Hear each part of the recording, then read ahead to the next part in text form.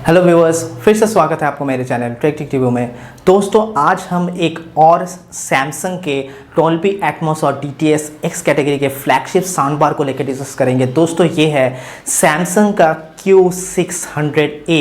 ये दोस्तों budget friendly एक साउंड बार है जो काफ़ी अच्छे फीचर्स के साथ आता है। तो आज इसके ऊपर हम नज़र डालेंगे और पूरा डिटेल में आपको मैं हर एक बेनिफिट, प्रोस, कॉन्स सब कुछ डिस्कस करूंगा। तो वीडियो को बिल्कुल भी स्किप मत कीजिएगा और अभी तक अगर चैनल को सब्सक्राइब नहीं किया है तो प्लीज़ सब्सक्राइब कर लीजिए और पास बेल आइकन को भी दबा लीजिए। तो दोस्तों, सैमसंग Q600A ये भी एक डॉल्बी एटमॉस और DTS X कैटेगरी का साउंड बार है। ये 3.1.2 सराउंड साउंड सेटअप के साथ आता है। इसमें फ्रंट में आपको सेंटर, लेफ्ट और राइट 3 चैनल्स देखने को मिल जाता है। ऊपर आपको 2 एटमॉस चैनल देखने को मिल जाता है और उसके साथ साथ एक बड़ा सा आपको हेवी बेस वाला सबवूफर भी देखने को मिलता है। तो टोटल जो सेटअप आपको मिलता है वो 3.1.2 का होता है। और दोस्तों, ये प्रोडक्ट 300 वाट के साथ आता है, तो साउंड क्वालिटी में अच्छा खासा वाटेज आपको देखने को मिल जाता है। और इसका लेंथ जो है दोस्तों वो 40.5 इंचेस है, जो डिसेंट लेंथ है मेरे हिसाब से। आपको एक अच्छा इमर्सिव और वाइडर रेंज साउंड प्रोवाइड होगा। तो साउंड बार में इतना ही कुछ है, ज़्यादा कुछ कॉम्प्लिकेटेड नहीं। और ऊपर जो इसका जो एटमॉस चैनल है दोस्तों, नॉर्मली एटमॉस चैनल जो होता है वो गोल तरीके का ड्राइवर यूज़ किया जाता है, लेकिन इसमें लंबे तरीके से स्पीकर का जो अलाइनमेंट है वो किया गया है। तो एक अलग सा एक्सपीरियंस यहाँ पे एटमॉस चैनल में आपको देखने को मिल जाएगा। और इसके साथ साथ दोस्तों मैं एक चीज़ बता दूँ कि इसके साथ आपको ऑप्शनल रेयर किट का ऑप्शन मिल जाता है। कौन सा रेयर किट इसके साथ फिट होगा उसके ऊपर मैंने ऑलरेडी लास्ट मेरे भी चैनल पे एक वीडियो पे डाला हुआ है सैमसंग रेयर किट के ऊपर। वो वीडियो आप जाके देख सकते हैं, वहाँ पे मैंने पूरा इन्फॉर्मेशन दिया है रेयर किट के ऊपर। नेक्स्ट आते हैं दोस्तों पैकेजिंग में यहाँ पे थोड़ा सा अलग किया है सैमसंग ने। यहाँ पे आपको user manual, product, power cables, wall mount bracket, remote battery सब कुछ तो मिल जाते हैं, लेकिन सैमसंग जैसे हर एक प्रोडक्ट में HDMI केबल को इंक्लूड करता है। यहाँ पे आपको HDMI केबल देखने को नहीं मिलता है और ऊपर से ऑप्टिकल केबल भी देखने को नहीं मिलता है। तो अगर आपको ऑप्टिकल और HDMI के साथ इसको यूज़ करना है तो ऑब्वियसली आपको बाहर से वो प्रोडक्ट खरीदने पड़ेंगे एक्स्ट्रा पैसा इन्वेस्ट करके। कनेक्टिविटी के बारे में बता देते हैं दोस्तों। कनेक्टिविटी यहाँ पे सिर्फ और सिर्फ ब्लूटूथ कनेक्टिविटी ऑप्शन आपको यहाँ पे मिल जाता है। वाईफाई का कनेक्शन यहाँ पे नहीं है। तो वाईफाई एसोसिएटेड जितने सारे चीज़ें हैं जैसे Spotify Connect, Chromecast, Apple AirPlay two, ये सारे चीज़ आप इसमें यूज़ नहीं कर सकते। वॉइस असिस्टेंट सपोर्ट नहीं यूज़ कर सकते। तो इसमें आप ब्लूटूथ के ज़रिए अपने फ़ोन को कनेक्ट कर सकते हैं, अपने टीवी को कनेक्ट कर सकते हैं, उस तरीके से म्यूज़िक को प्ले कर सकते हैं।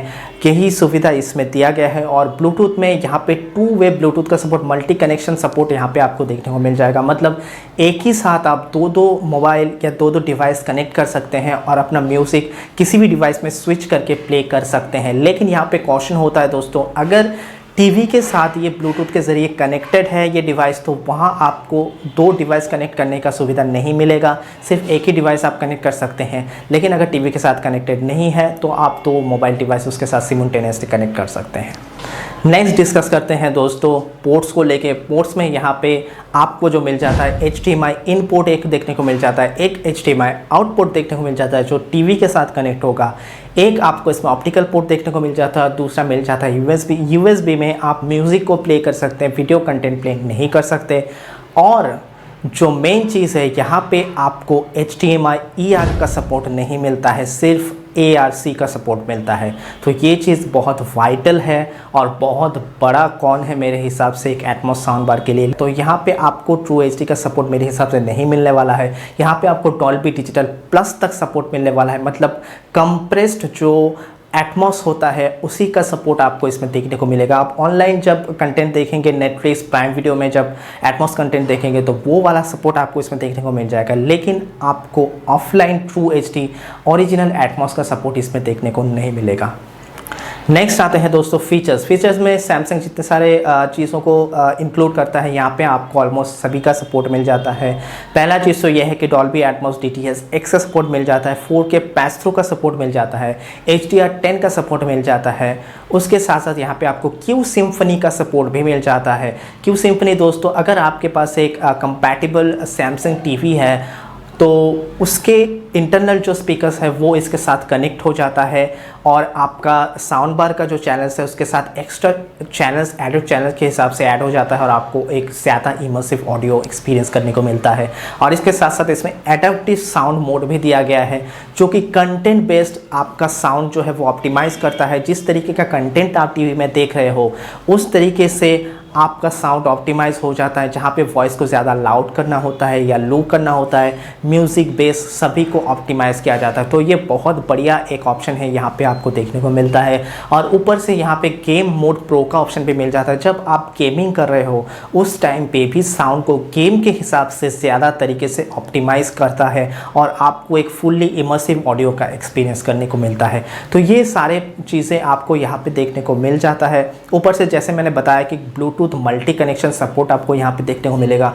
2 डिवाइस आप सिमल्टेनियसली इसके साथ कनेक्ट कर सकते हैं।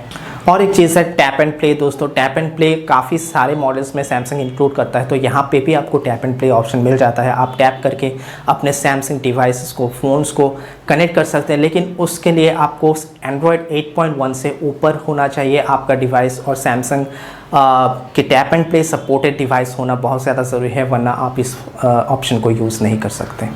अभी आते हैं दोस्तों साउंड क्वालिटी। साउंड क्वालिटी में मैं कुछ चीज़ें मैं बता देना चाहता हूं दोस्तों। पहला चीज़ तो ये है कि दोस्तों यहाँ पे ट्विटर का सपोर्ट नहीं दिया गया है।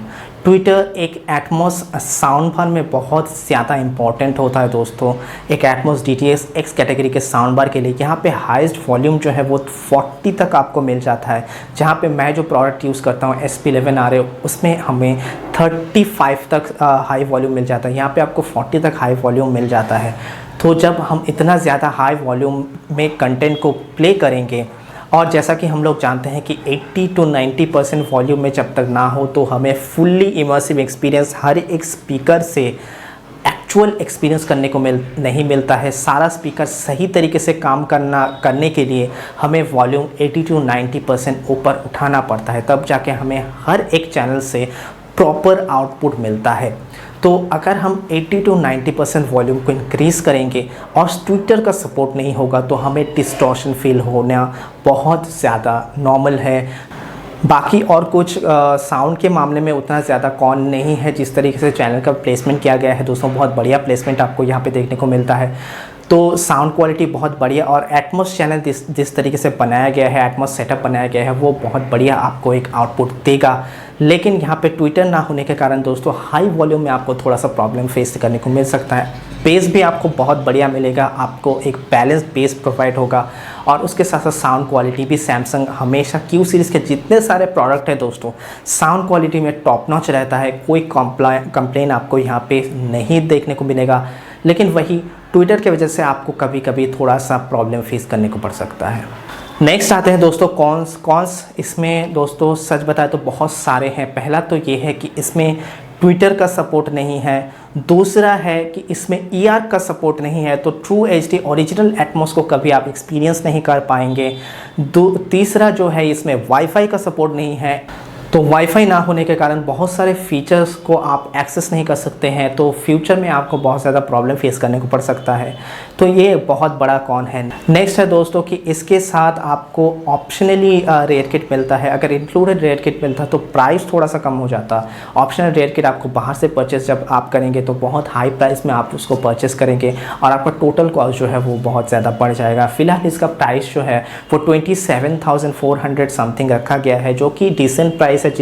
जिस फीचर्स के साथ आता है, जो चीज़ें आपको इसमें मिलता है, उस हिसाब से प्राइस जस्टिफाइड है। लेकिन दोस्तों as a Atmos sound system इसमें थोड़ा सा और एनहेंस फीचर्स होने चाहिए थे। साउंड क्वालिटी में थोड़ा सा इम्प्रूवमेंट होना चाहिए था और ऊपर से इसमें ऐप सपोर्ट भी नहीं देखने को मिलता है। तो कुछ चीज़ें जो है वो एटमॉस साउंड सिस्टम के लिए बहुत मैंडेटरी हो जाता है। वो मेन चीज़ें इसमें आपको देखने को नहीं मिलेगा, तो वो मेरे हिसाब से ड्रॉबैक्स है। लेकिन अगर आप एक बजट फ्रेंडली साउंड बार्स ढूंढ रहे हैं एटमॉस कैटेगरी में तो आप इसको चूज़ कर सकते हैं। लेकिन मेरा सलाह ये है दोस्तों कि आप ज़रूर रेयर किट के साथ ख़रीदें, क्योंकि विदाउट रेयर किट कोई भी एटमॉस साउंड बार दुनिया में ऐसा नहीं है जो आपको इमर्सिव साउंड क्वालिटी प्रोवाइड कर सके। ये एक मिथ है, बहुत सारे यूट्यूबर्स या बहुत सारे चैनल्स में आपको बोला जाएगा बहुत अच्छा साउंड है, बहुत अच्छा साउंड है, लेकिन एक बात समझ लीजिए दोस्तों, rear kit is a mandatory thing for any kind of sound system. वो 5.1 हो, वो एटमॉस साउंड सिस्टम हो या एनीथिंग हो, आपको रेयर किट ज़रूर परचेस करने हैं। तो अगर आप ये साउंड बार को कंसिडर कर रहे हैं तो ज़रूर रेयर किट के साथ ही इसको परचेस करें। तो व्यूअर्स, आशा करता हूँ कि इस साउंड सिस्टम के बारे में मैंने आपको पूरा इन्फॉर्मेशन दिया है। फिर भी अगर आपके मन में कोई भी कन्फ्यूजन है तो आप मुझे कमेंट करके पूछ सकते हैं। और अगर ये वीडियो आपको अच्छा लगा हो तो प्लीज़ वीडियो को लाइक कीजिए, कमेंट कीजिए और ज़्यादा से ज़्यादा वीडियो को शेयर भी कर दीजिए। और अभी तक अगर चैनल को सब्सक्राइब नहीं किया है तो प्लीज़ सब्सक्राइब कर लीजिए और पास बेल आइकन को भी दबा लीजिए। तो थैंक यू, जय हिंद, वंदे मातरम।